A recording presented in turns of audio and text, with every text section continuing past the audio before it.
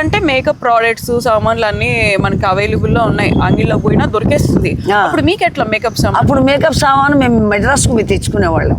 ఏమేమి ఉండేటివి?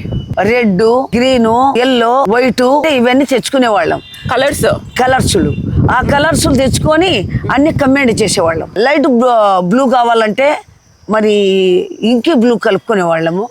ఇంకా మామూలుగా మరి ఇక్కడ టెచ్ చేసుకోవాలంటే రెడ్ మరి కాటుక కలిపి ఇక్కడ బ్రౌన్ చేసుకునేవాళ్ళము.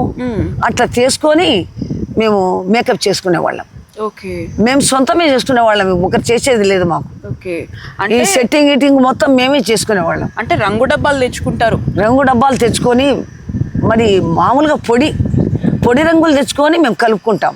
అప్పుడు మీకు ఏం చర్మానికి ఏం కాదా? మాకేం ట్రబుల్ లేదు, ఏమీ లేదు.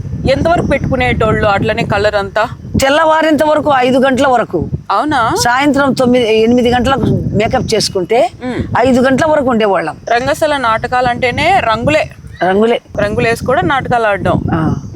ఇప్పుడు మేకప్లు అవి ఇవి అని చెప్పి స్కిన్ అలర్జీలని అవన్నీ ఉన్నాయి కదా, అప్పట్లో ఇన్ని వచ్చినాయా మీకు?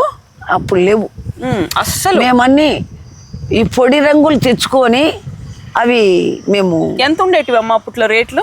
ఏముండేది తక్కువ డబ్బులు. అరకిలో రంగు తీసుకుంటే 3 రూపాయలు 4 రూపాయలు మెడ్రాస్ లో. ఇప్పట్లో మేకప్ ప్రోడక్ట్స్ మినిమం తక్కువలో తక్కువ అంటే 3000 4000 రేట్లు పెట్టాలి. లేదు, తక్కువే, చాలా తక్కువ.